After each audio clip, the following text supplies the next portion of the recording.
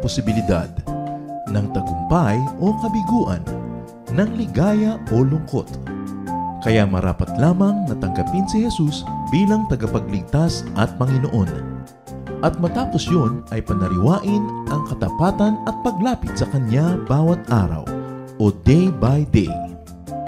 Ang day by day ay naglalayong umalalay sa pang-araw-araw na pamumuhay. Narito po ang ikalawang bahagi ng mensahe ni Kuya Ed Lapis na pinamagatang Surviving Sickness.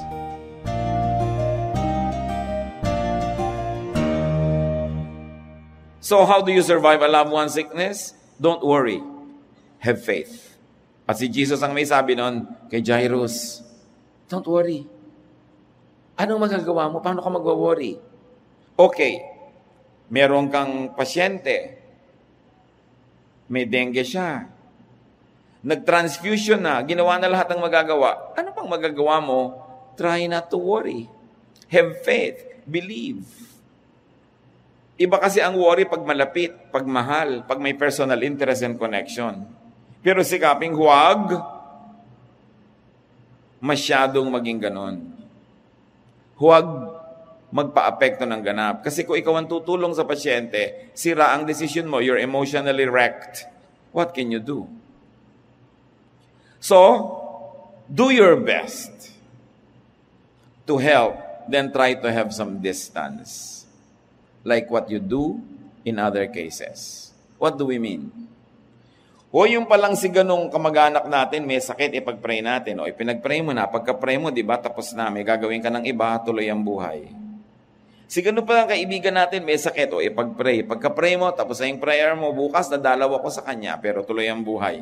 Pero bakit pag mahal na mahal mo yung may sakit, ipinag-pray mo na, pagkatapos mo mag-pray, nagwo-worry ka uli. Ito yung sinasabi ko mga kapatid na suggestion ko na para i-protect nyo ang sarili nyo from needless worry. Total worrying won't do anything good and it won't help the patient. Pray and forget. Mahirap gawin pag mahal mo. Pero ipagtiwala mo. Gumagaling din naman sila, di ba?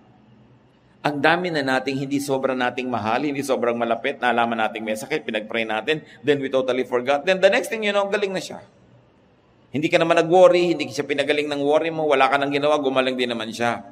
So, pwede ba natin kayang i-apply yun sa mga mahal natin sa buhay? Ipinag-pray mo na, pinagkatiwala mo sa Diyos, ginawa nyo ang pwedeng gawin clinically, diba? Technically, medically, wala, ginawa nyo na lahat, and then pinag-pray mo na, try not to worry.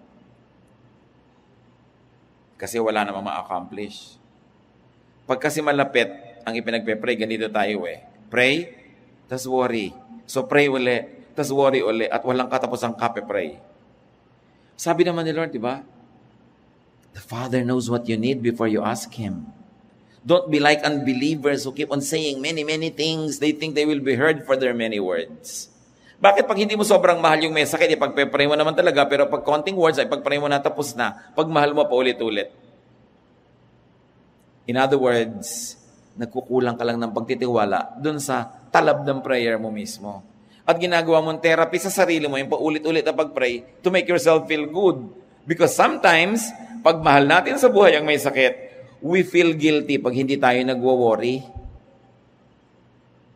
Halimbawa, ito yung pasyente, nasa room, nagre-recover, sasabihin mo kay Bantay, halika muna sa baba, papakainin kita sa restaurant. Bababa kayo, hindi rin makakain. Nagwo-worry tungkol sa pasyente sa taas. Parang, bakit? Parang masagwa naman na kumakain ako dito, may sakit yung pasyente. Bakit kung hindi ka ba kumain, mabubusog siya, meron bang benefit sa buhay niya kung nahirapan ka? Wala naman. Di mag-enjoy ka na dito. Sandali lang naman, may break ka. This is how you survive becoming a caregiver.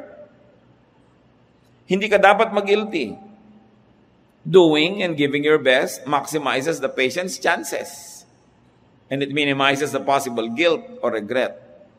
Basta ang point lang dito mga kapatid, do your best. And when you've done your best and you have prayed, relax, difficult as it may be. Don't be brought down by excessive sorrow or worry. Don't be guilty. If you won't worry, just do your best.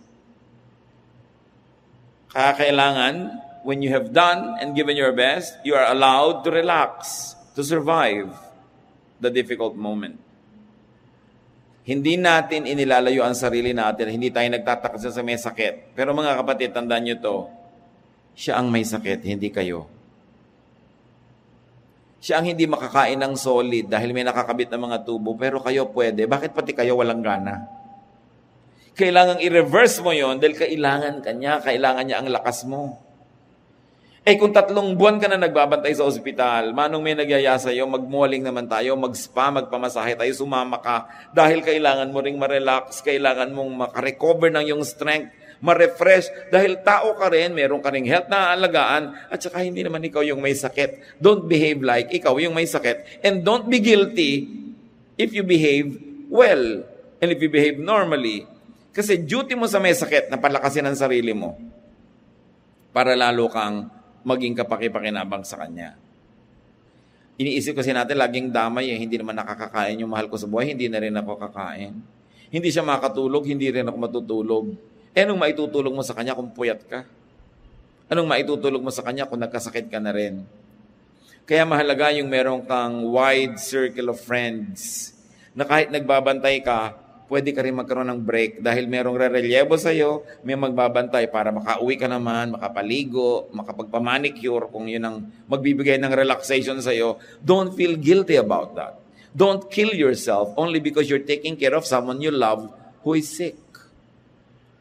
Make sacrifices that will only be credited to the welfare of the patient. But if your sacrifice will have no credit and bearing on the patient, don't sacrifice. Nobody is asking you to sacrifice, not even God. Now, how do you survive your personal sickness? Kung ikaw naman yung may sakit. Merong isang babaeng ganyan, 12 taon nagdusa. Siya pa rin ang gumagawa ng paraan sa buhay niya. Mark 5:25-30. In the crowd was a woman who had been bleeding for 12 years. She had gone to many doctors and they had not done anything except cause her a lot of pain. She had paid them all the money she had. But instead of getting better, she only got worse. The woman had heard about Jesus, so she came up behind him in the crowd and barely touched his clothes. I will get well. No? She said to herself, if I can just touch his clothes, I will get well. As soon as she touched them, her bleeding stopped. And she knew she was well. Ito yung babaeng dinudugo ng 12 taon. May nagtanong sa akin bata, paano pa po siya nabuhay? 12 taon na pala siyang dinudugo. Anak, patak-patak lang yon, hindi naman agos. No? Kaya pa niyang mabuhay ng 12 taon. No? So anong kanyang ginawa? Una, nagpunta siya kung kani-kanino manggagamot. Pero lumala lang at naubos pa pera niya. But anyway, seek practical and medical healing. That's what she tried. Like for other people's sickness, earn and save money.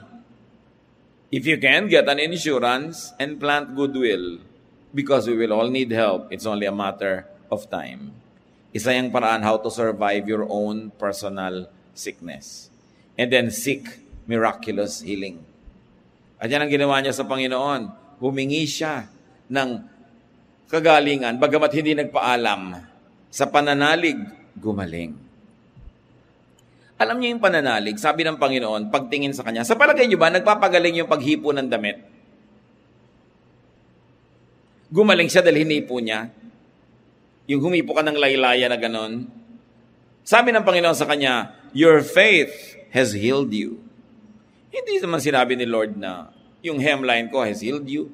And the Lord did not even say, I healed you. Sabi niya, your faith has healed you. Naniniwala ka di gumaling ka. Eto ngayon, anong ibig ko sabihin mga kapatid?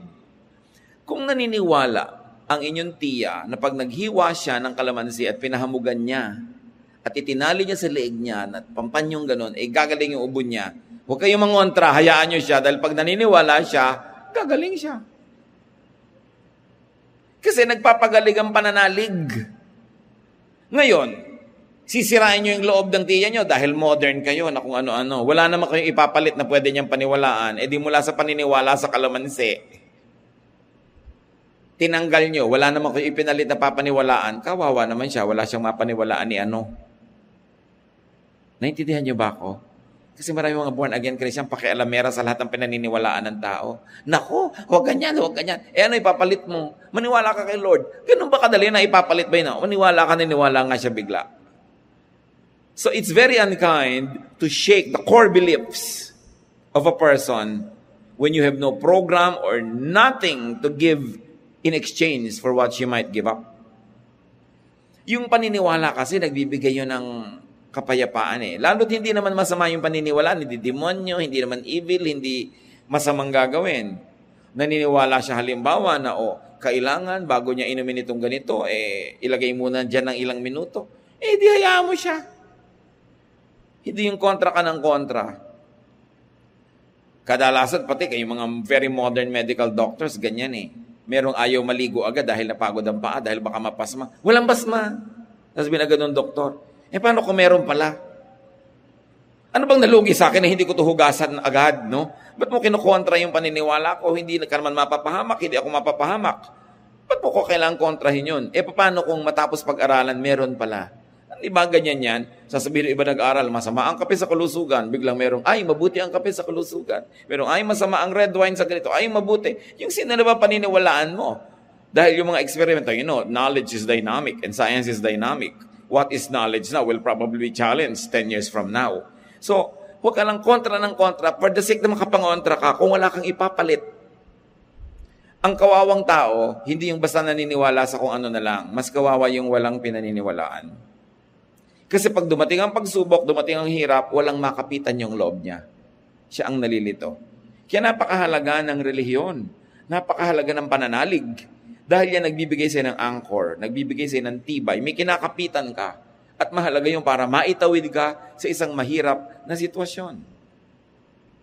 So, as we were saying, seek miraculous healing. Tulad nito isang hari. Yung hari ba naman na may sakit, puntahan ng propeta, sabi ng propeta, mamamatay ka na. Hindi ka na babangon muli. Gusto nyo ba yung ganon? Isaiah 38, 1-6. About this time, Hezekiah got sick and was almost dead. So Isaiah, sabi ng kwento ng prophet, went in and told him, the Lord says you won't ever get well. You're going to die. And so you had better start doing what needs to be done. Hezekiah turned toward the wall and prayed, don't forget that I have been faithful to you, Lord. I have obeyed you with all my heart, and I do whatever you say is right. After this, he cried hard. Then the Lord sent me with his message for Hezekiah. I am the Lord God who was worshipped by your ancestor David. I heard you pray, and I saw you cry. I will let you live 15 years more, while I protect you and your city from the king of Assyria. Sinabi na ng Diyos sa propeta, pumunta ka doon, sabi mo, mamatay na siya. Huwag na siyang umasa pang hahaba buhay niya. Sinabi naman ng propeta, nagdadasal ngayon itong mamamatay na hinatulan, nung umatungal sa Diyos. Meanwhile, yung propeta, umalis na. Nasa kalagitnaan na siya nung bulwagan, lumabas siya doon sa kwarto, tinawag siya muli ng Diyos, bumalik ka. Bakit po? Sige, sabihin mo, 15 years pa. Bihira naman, mapapahiya naman ako niya, sinabi nang mamamatay eh. Balik. So bumalik ang propeta. 15 years ka pa daw. At yung gera na kinakatakutan mo, mananalo ka, ipoprotek ka pa. Bakit humaba buhay? Bait ng Diyos. At malakas din ang loob humingi. At sabi pa, di ba ang bait-bait ko naman po? Sinunod ko lahat ng utos nyo. Lahat ng ipinapagawa nyo, ginawa ko naman. Bakit naman kailangan magigiksi ang buhay ko? Sige, 15 years. Kung hihingi naman kayo sa Diyos ng extension, meron naman kayong masabing, di ba Lord, sumunod naman ako, mabait naman ako, kaysa wala naman kayong masabi man lang. Di ba? Yan ang sinasabi kong maganda yung nagtatanim ka eh. Hindi mo alam kung kailan mo dapat bunutin yung itinanim mo. Mabuti yung naglilingkod ka ng lingkod sa Diyos. Tapos biglang sabi ng Diyos, oy, mawawalan ka na ng pag-asang mag-asawa. Sabi, hindi po ba ang sipag-sipag kong kumanta sa choir? Sige, baka meron pa, pero yung hindi lang yung gusto mo, dapat gusto ka rin niya, ha? Kung ikaw lang ang may gusto, magtigil ka. Dapat neutral. So, meron ka man lang sabihin sa Diyos, ito, hinabaan. Sinasabi nila, God doesn't change His mind. Nadaan sa dasal. Kahit taningan kayo ng doktor, taningan ng mahal nyo sa buhay, umasa kayo, magdasal kayo, huwag kayong mawalang pag-asa. Ang Diyos na nga nagtaning, binawi pa Sabi niya sa doktor, 6 months ka na lang, diba? Lumayas ka sa harap ko, doktor, with due respect. Diba? Gusto ko pa mabuhay. Ngayon, kung after 6 months, namatay ka rin, yung namang 6 months in quality kasi umaasa ka. Kesa yung hindi ka umaasa, 6 months sa puro pighati ang dinanas mo sa buhay. Huwag kayong magpapahina ng loob sa mga tao na wala nang pag-asa yan. Meron pa dadalaw sa ospital kung kailan nadidinig ng pasyente. May dinalaw kaming ganyan last week, namatay nga Huwag ka nga makadalaw-dalaw sa akin. Di ba? Visitor from hell. Ang daming ganung mga tao, tactless. Kung ano nang pinag-uusapan mga namatay, nagkasakit, sa harap nung dinadalaw nila. Doon pa pag-uusapan. Nakakasira ng loob. Darating kayo doon yung may cheer. Yung kahit anong itsura nung dinadalaw nyo, lakasan nyo loob nyo. Kung mahal nyo sa buhay, darat na nyo kaya payat-payat. Huwag yung, ang kawawa itsura mo. Diba? Ikaw dapat unahing ilibing. Dapat hindi mo lang para pinapansin. Nag-lose ka ng konting weight, makakaligayin ka rin. Bubuhayin nyo loob. Hindi yung lalo yung taong pinanghinaan ng loob dahil dumalaw ka. Kailangan may ministry kapag dalaw. So ito ba naman yung dalaw to, sabi mamatay ka na. Kaya naman niya ginawa, utos ng Diyos. Diyos na ang nagtaning, ha? So ang moral lesson, huwag kayong patataning. Umasa, manalig. Ngayon, kung talagang oras na, hindi mo na mapigil, pero yung nalabi, umaasa ka, kesa sa namimighati ka. At ano na mamalay mo, ipagkaloob sa'yo ng Panginoon. So seek God's favor. Seek God's reward. Therefore, magtanim. Kung kayo ang may sakit, mga kapatid, how do you survive it? Distract, amuse, preoccupy yourself with positive things. Ikaw ang may sakit, duty mong pasayahin ang sarili mo. Hindi yung pinapasaya ka na ng iba, pinapahirap mo pa sa kanilang pasayahin ka.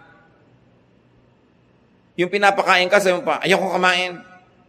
Kung sabihin, di wag. Sinusubuan ka, tinatabig-tabig mo, magdadabog-dabog ka pa. Buti nga may sumusubo sa'yo.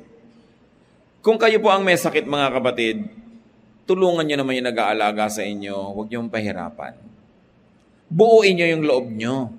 Yung gusto kayo mag-therapy, tatatlong hakbang pa lang, gusto mo nang umayaw. Bakit? Kanino bang tuhod ang lalakas pagka nagsikap ka? Di ba sa'yo?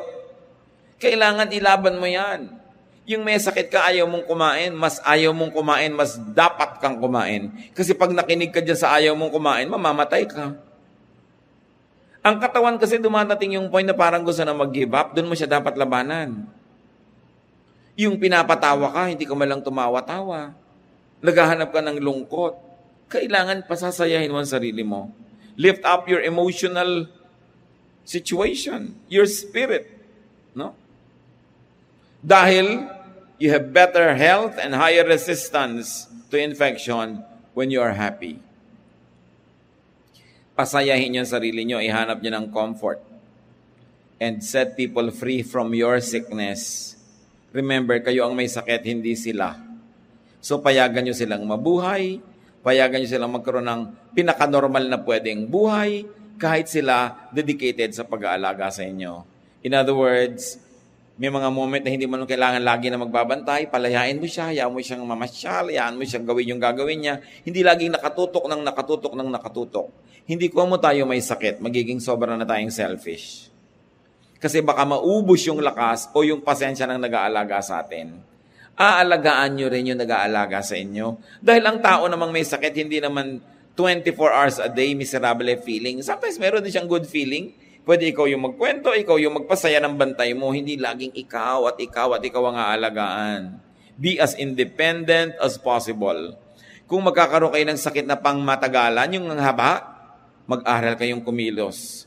Mag-aral kayong maglakad, mag-aral kayong pumunta dito, gawin yun. Yung lahat ng pwede nyong gawin nyo para naman magaan ang magiging pag-aalaga. The spirit is willing, but the body is weak. So sometimes, bababa yung standard ng pag-aalaga. Kasi kung minsan, ang iiwasan natin kung tayo inaalagaan mga kapatid, yung makainisan. Yung alam nung nag-aalaga sa'yo, nagpapalusot na to, nag-OA na to, sobra na, yung mainis sa'yo.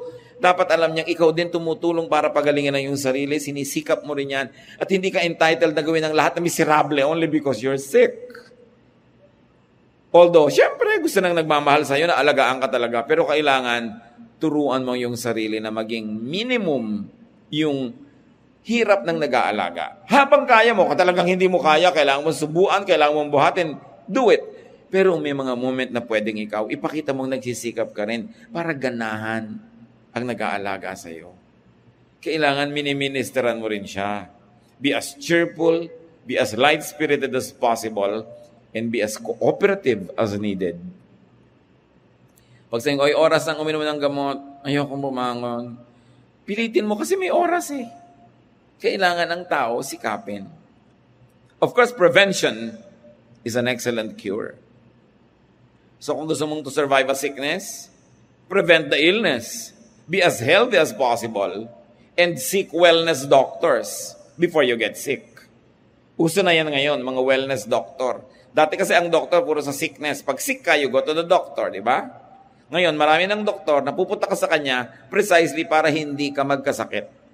Preventive. Aalagaan ka, itataas ang immune system mo, aalagaan ka na bago ka pa magkasakit. At mas madali yon kaysa kung kailan may sakit ka na. Faith and positive attitude are excellent healers. So develop your faith. Improve your attitude. Survive sickness with cure for the body. May sakit ka, survive it by getting all the best cure. And while your sickness is there, survive sickness with a positive attitude. Ang laking gamot, ang attitude. Positive yung attitude mo, cheerful ka, cooperative, hopeful, and you have faith, ang bilis mong mag-respond sa therapy, sa medication. May mga patunay na mga clinical test niyan. And survive sickness that does not end in wellness, meaning it ends in death, with faith in God. Talaga namang kasama sa buhay yun eh. Ang mahalaga, handa ka, wala kang mahabang listahan ng mga utang sa kapwa, pwede kang umalis any moment, wala kang mga malaking atraso sa Diyos, lagi kang lumalapit sa Panginoon, nagawa mo yung mga dapat mong gawin, yung mga gusto mong gawin, ginawa mo nung kaya mo. Kung talagang gagraduate ka na, tinatawag ka na, wala ka na rin masyadong regret kung nabuhay ka naman. So, let others survive your sickness. Hindi ko man nagkaroon ka ng sickness, namatay na ang lahat dahil hindi ka marunong mag-cooperate. So enjoy health and enjoy life while healthy. Huwag niyong kakalimutan kahit kailang ipagpasalamat, ipagdiwang at ipamuhay ang isang araw ng kalusugan kasi hindi ka nakakatiyak kung bukas malusog ka na naman. So huwag sasayangin ang bawat sandali na pwede ka mag-enjoy ng good health. Survive sickness by having and by getting the most of life in spite of sickness. Konting-konting kasakitan lang yung pagka dumapo sa'yo, wala ka nang pwedeng ma-enjoy sa buhay. So hanapin nyo yung pwede nyo pang ma-enjoy. Get a life, though you have some sickness. Lahat naman tao may kanya-kanyang level and form of sickness eh. And get a life, though your loved one is sick. Huwag kayong mag-guilty kung hindi kayo nagwo-worry, nag-e-enjoy, nagpapahinga, kahit may alaga kayo. Kailangan nyo yun. At gusto rin ng Panginoon, alagaan nyo ang inyong sarili. At may isa pa, mga kapatid, tulungan natin yung mga tumutulong sa may sakit. Kaibigan nyo, nag-aalaga ng nanay, pwede nyo naman halinhan pamisa-misan. Pwede yung abot-abutan ng konting cash. Tulungan, dala ng pagkain. Pag meron kayong alam na nag-aalaga, tulungan nyo. Lalo kung ang nag-aalaga ay kapatid nyo at ang inaalagaan magulang nyo, tumulong kayo mabuti. Maraming mga kapatid, hindi naman pala alaga ng magulang, yun lang kapatid na isa, kung sino man yun, yung kasama sa bahay, o kung sino man yung bunso, o yung walang employment, yun nilang lagi ang magtatrabaho. Aba, kung kayo'y 8 anak, o 5 anak, o 3 anak, pare-pareho kayo dapat nag-aalaga. Hindi abot ka lang na abot ng pera at yung isa lang lagi naggasgas ka aalaga. Nag-aalaga ka rin, hindi mo dinadaan sa abot-abot yan, dapat may personal alaga ka, lalo magulang mo.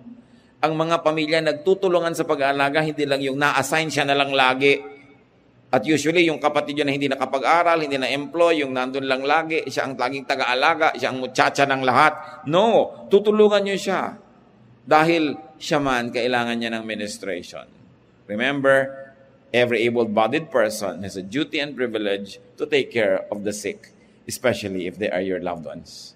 Panginoon, salamat dahil napakaraming example sa Bible na pwede naming tularan, pwede kaming matuto sa kanilang karanasan. Ang dalangin namin, Panginoon, bigyan niyo kami ng karunungan. Una, how to survive the sickness of those we love. Lalong-lalo kung malapit ang loob namin, kami talagang nagmamahal.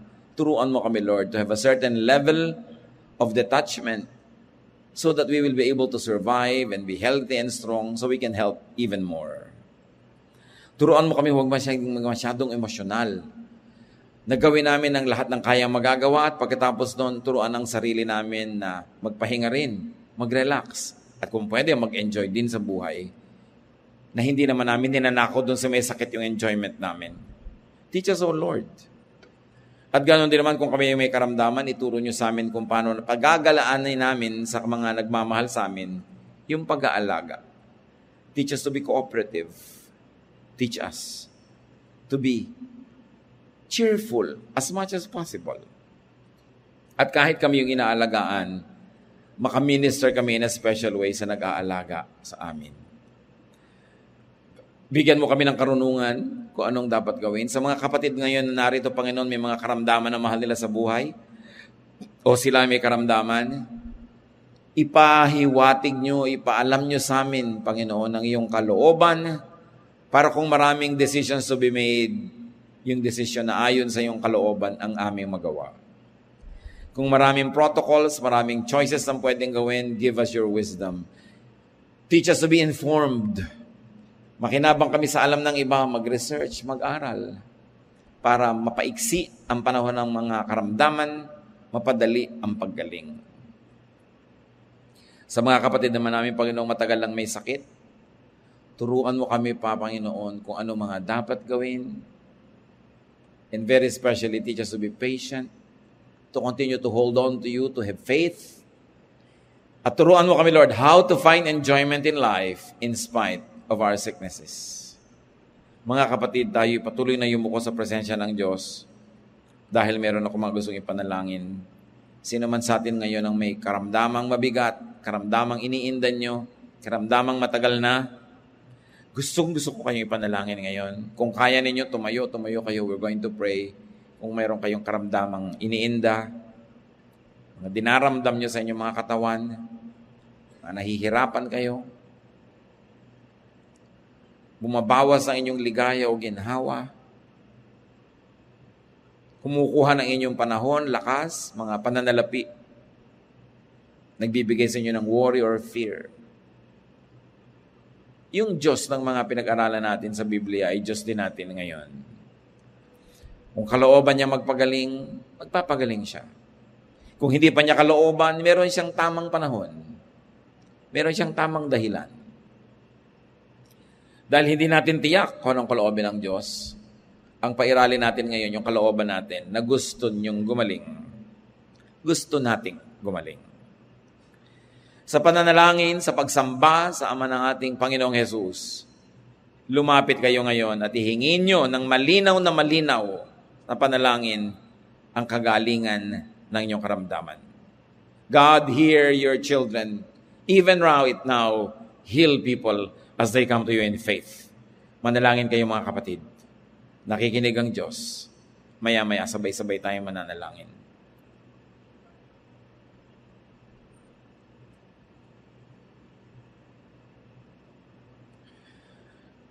Mahal naming Ama sa langit, wala naman po kami ibang kinikilalang magulang kundi kayo. Wala naman kami pwedeng hingan kundi kayo rin. Walang may kapangyarihan at walang may kabutihan at kagandahang loob kundi kayo. Alang-alang sa iyong banal na pangalan, Ama. Alang-alang sa iyong anak na si Jesus na namatay para sa aming mga anak mo. Alang-alang sa iyong mga pangako na iyong binitiwan. Dinggin niyo po ang dalangin ng mga anak mo ngayon na humihingi ng kagalingan. Buksan niyo, Panginoon, ang bintana ng langit at paagusin sa iyong mga anak ngayon ang kalusugan, kapangyarihan ninyo, kagalingan. Hipuin niyo ang aming mga lupang katawan. Sa pag-aalay namin sa aming mga puso at espiritu, Panginoon, binubuksan namin ang buo namin pagkatao, and we want to receive healing from you, strengthening, O God, pagpapalakas, pagpapagaling, pagpapatibay ng aming mga lupang katawan, kasabay ang pagpapagaling ng aming espiritu, ng aming emosyon, ng aming kalooban. Patawarin mo kami kung may mga kasalanan kami na sanhi ng mga sakit na ito. Patawarin mo kami kung sa pagkakasakit namin, hindi kami gumagaling agad dahil sa mga kagawian namin sa buhay na hindi helpful. Patawarin mo kami kung may pagkukulang kami sa aming mga sarili, sa aming mga katawan. Igawad ninyo yung bendisyon sa mga katawang ito, Panginoon. Hipuin ninyo sa pangalan ni Jesus. Mga kapatid, tanggapin ninyo sa pananalig ang hinihingi niyong kagalingan sa Panginoon at magsiupo kayo at manatili sa panalangin dahil meron akong gustong ipanalangin muli. Kung kayo may mahal sa buhay at kayo yung nag-aalaga, kayo yung nag-aalala, kayo yung naliligalig, kayo yung nahihirapan, tumayo kayo, mananalangin tayo. Hihingi tayo sa Panginoon ng kalakasan ninyo, pagpapala sa inyo, pagpapahaba ng inyong lakas ng katawan, pagbibigay sa inyo ng mga resources, emotional, material, spiritual, physical resources. Kung kayo may mga inaalalang mga mahal sa buhay, daladala nyo sa puso, ipapanalangin natin sila ngayon. Tumayo kayo at sa ilang saglit, ipanalangin nyo yung mahal nyo sa buhay na yon na gusto nyong pagalingin ng Panginoon, gusto nyong hipuin ng Panginoon at bigyan ng ginhawa, ipanalangin nyo sila ngayon din.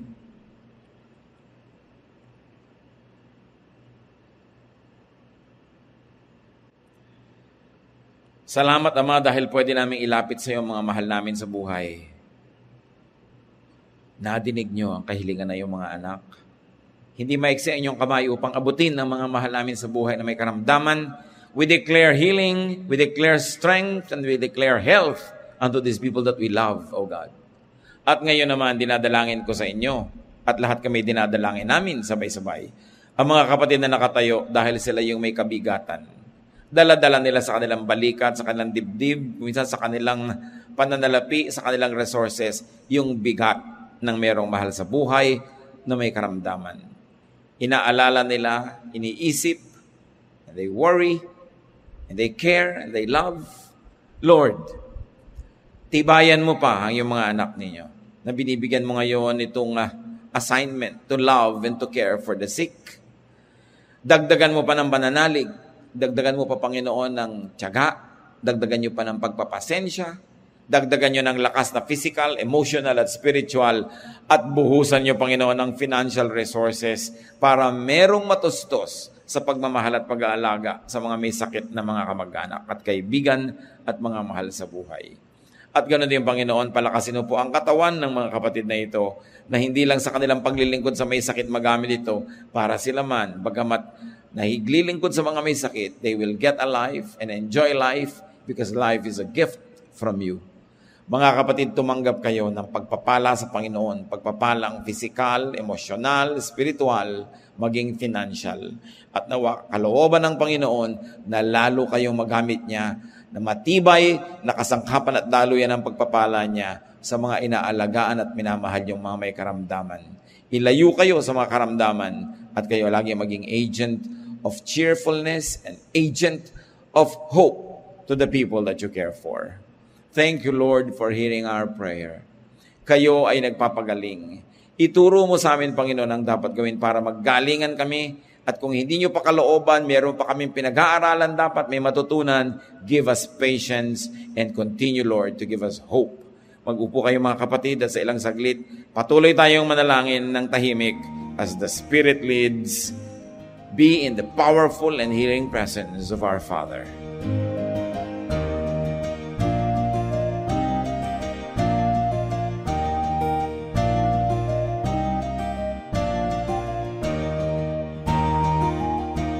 Ang katatapos mong ikalawa at huling bahagi ng mensahe ni Kuya Ed Lapis ay pinamagatang Surviving Sickness.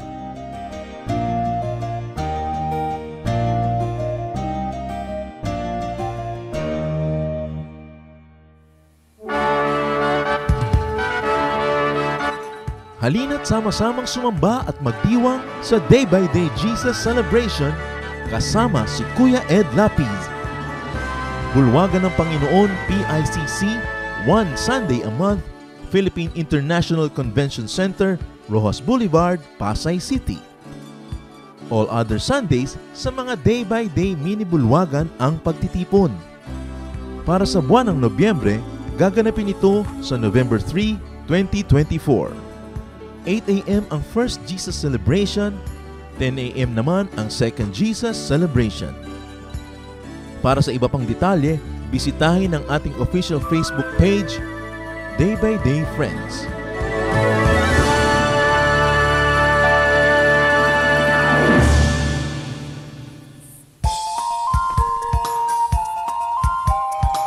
Mabuhay! Purihin ang dakilang pangalan ng Panginoong Hesus. Ako po si Pastor Lawrence Sarmiento. Inaanyahan po namin kayo na dumalo at makisaya sa Jesus Celebration sa ating Day by Day Dasmariñas tuwing araw ng linggo sa ganap na 10:00 ng umaga.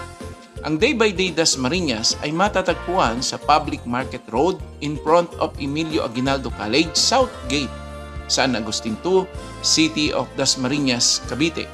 Para po sa detalye ng schedules at location, maaari po ninyong tawagan o i-text ang cellphone number 0929-606-3184 o 0930-196-9640. Halinang ipagdiwang ang Panginoong Hesus.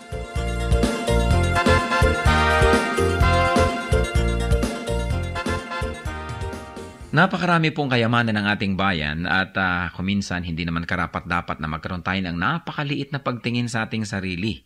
Nangyayari lang yon kung hindi natin kilala ang ating nakaraan, hindi natin kilala ang mga kayamanan ng ating bayan na nagpapaganda sa atin pong lahi. Kaya naman dapat natin kilalanin ang nakaraan, ang kasaysayan, at ang mayayamang mga pamana sa atin ng ating mga ninuno. Ang mga hiyas po ng ating lahi, ang mga kayamanan ng ating bayan ay binubuo ng maraming bagay. At isa na rito ang musika. Ang musika ay salita daw ng kaluluwa. Ang musika ay napakabisang paraan upang ipahayag ang ating damdamin, ang ating mga pangarap at ang ating mga pagpapahalaga. Sa Pilipinas po, ang musika ay paraan ng pagpapahayag ng mga espiritual na bagay. Ang mga Pilipino kapag gumagawa ng musika kadalasan ay upang sumamba. Kaya tayong mga Pilipinong Kristiyano ay dapat lamang na mag-aral ng mga tugtog ng ating bayan at gamitin naman natin ito sa pagsamba sa Panginoong Hesus. Dapat nang bawiin ang musika ng Pilipinas mula sa kung ano-anong mga paggamit na hindi ayon sa kalooban ng Panginoon. At ito naman ay dapat ialay sa paanan ni Hesus upang lalong makadagdag sa marami, makulay at magagandang paraan ng pagpapahayag natin ng ating pananampalataya. Ang musika ng bayan, hiyas ng lahi, hiyas ng bayan.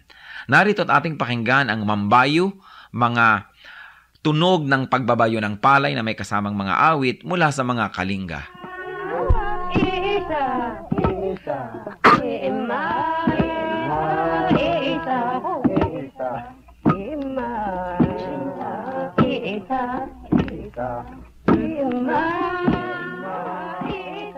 Ang mambabayo ay isang karaniwang gawain ng mga kalinga at ito ay pagbabayo ng palay. Gayunpaman, ito isinasagawa sa sari-saring estilo at pamamaraan ayon sa idinaraos na okasyon. Halimbawa ay kasal o kaya ay may mga kinalaman na seremonya sa mga patay o mga libing. Ang mambayo ay sinasaliwan ng awit tulad ng naririnig natin.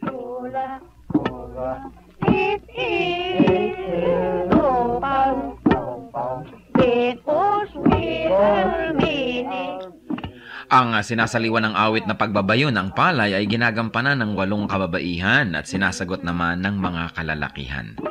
Paulit-paulit at mauulit na maririnig ang ritmikal na pag-awit ng mga salitang ima, isa o insa.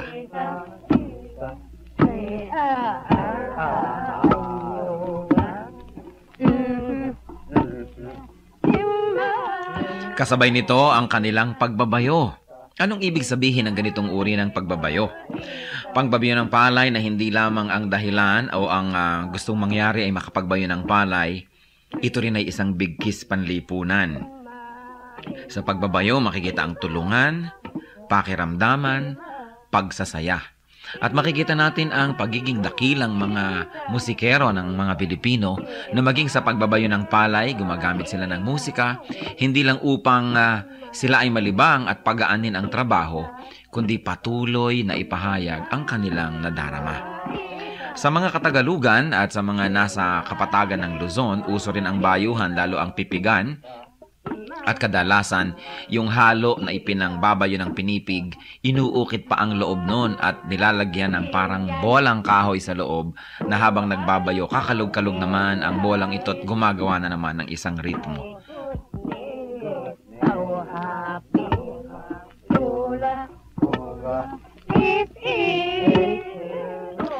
Yan po ang mambayo, ang pagbabayo ng palay na may saliw ng mga awitan ng mga kalinga. Ano po ang maaari nating matutunan sa kayamanang ito ng ating lahi? Na ang bawat gawain natin ay maaaring saliwan ng musika. Lalong-lalo naman ang pagsamba natin sa Panginoon, ang ating mga paglilingkod, na sa paglalagay natin at paglalapat ng musika, hindi lang gumagaan ang ating trabaho, kundi na ipapahayag din natin ang ating damdamin. Musika ng bayan, kayamanan ng ating lahi, hiyas na dapat makilala at ingatan.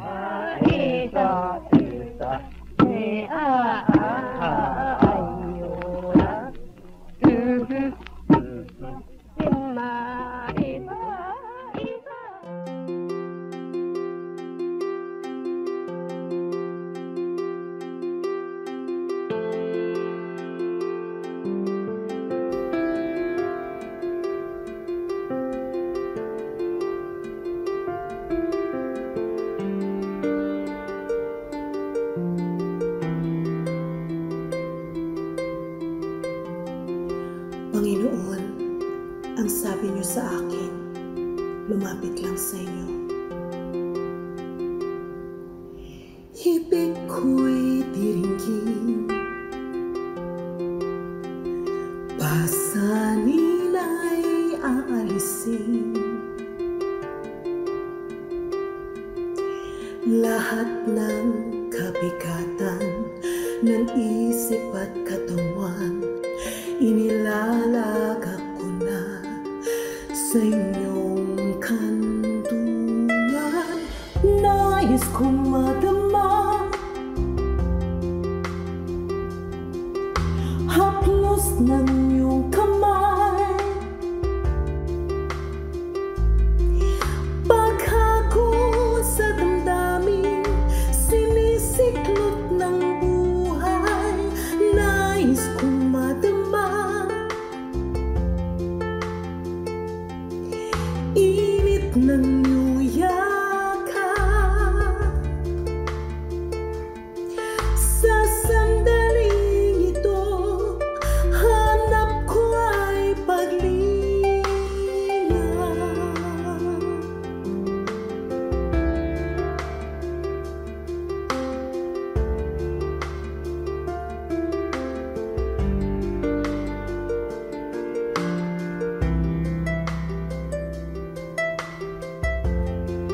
Panginoon, tinatanggap ko po ang inyong paanyaya. Dito sa piling niyo, nais kong magpahinga. Ang pagod kong puso, naghahanap ng ligaya. Lapatan mo ng lunas, bigyan ng pag-asa. Nais kong madama haplos ng iyong kamay, paghakot sa damdamin, sinisiklot ng buhay. Nais kong madama init ng iyong yakap. Sa sandaling ito, hanap ko ay paglinga.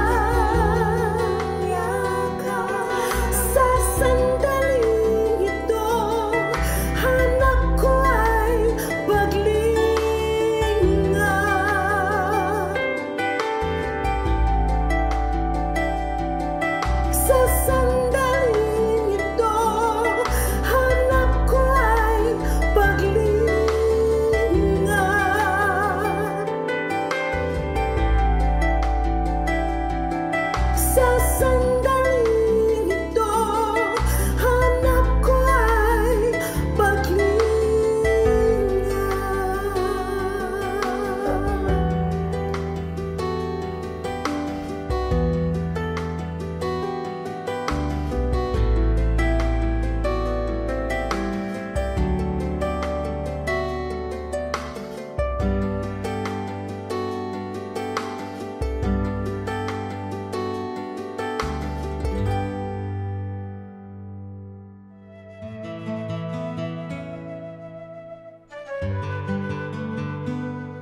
Bakit may mga nagsasabing sila'y taga Cebu o Manila kahit hindi naman?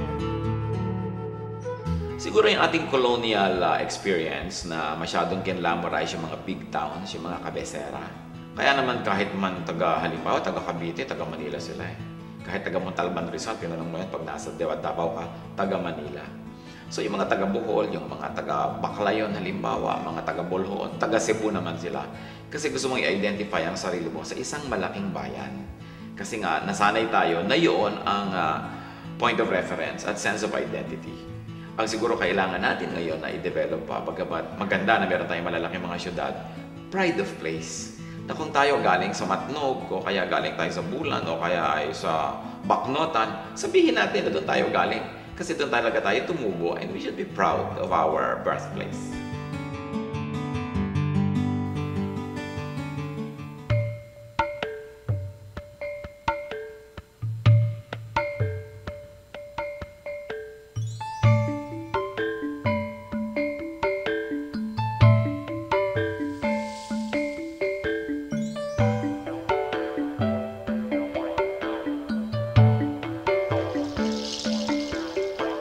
Sa aking paglalakbay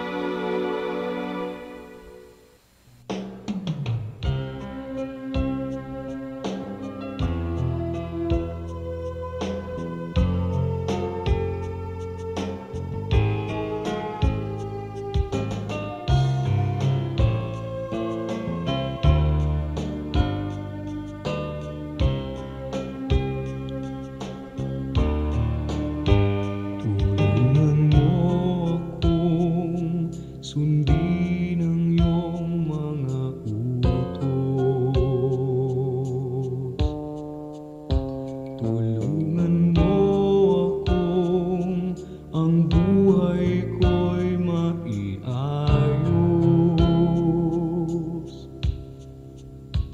at sa mga tukso tulungan mong pigilin ang sarili ko. Tulungan mo akong maging tapat sa'yo.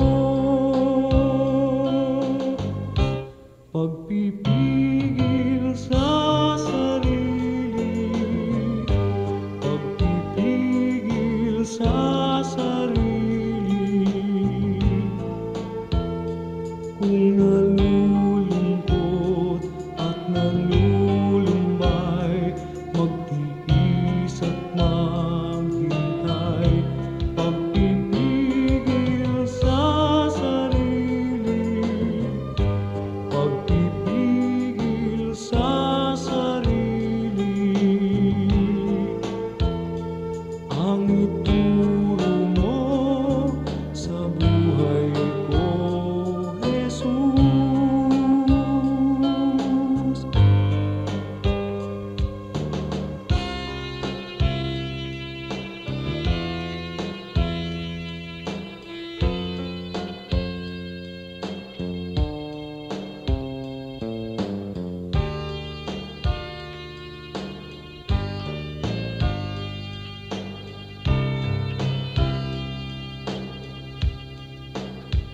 At sa mga tukso'y tulungan mong pigilin ang sarili ko.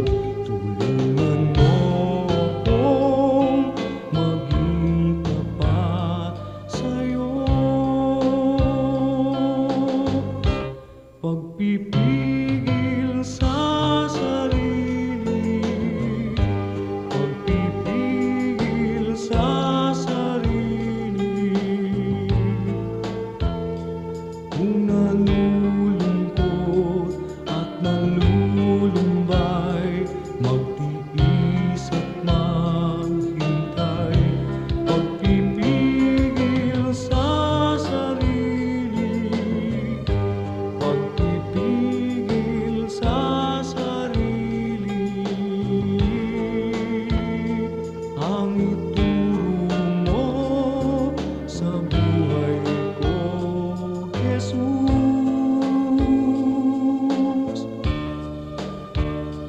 Ang ituro mo sa buhay ko, Jesus.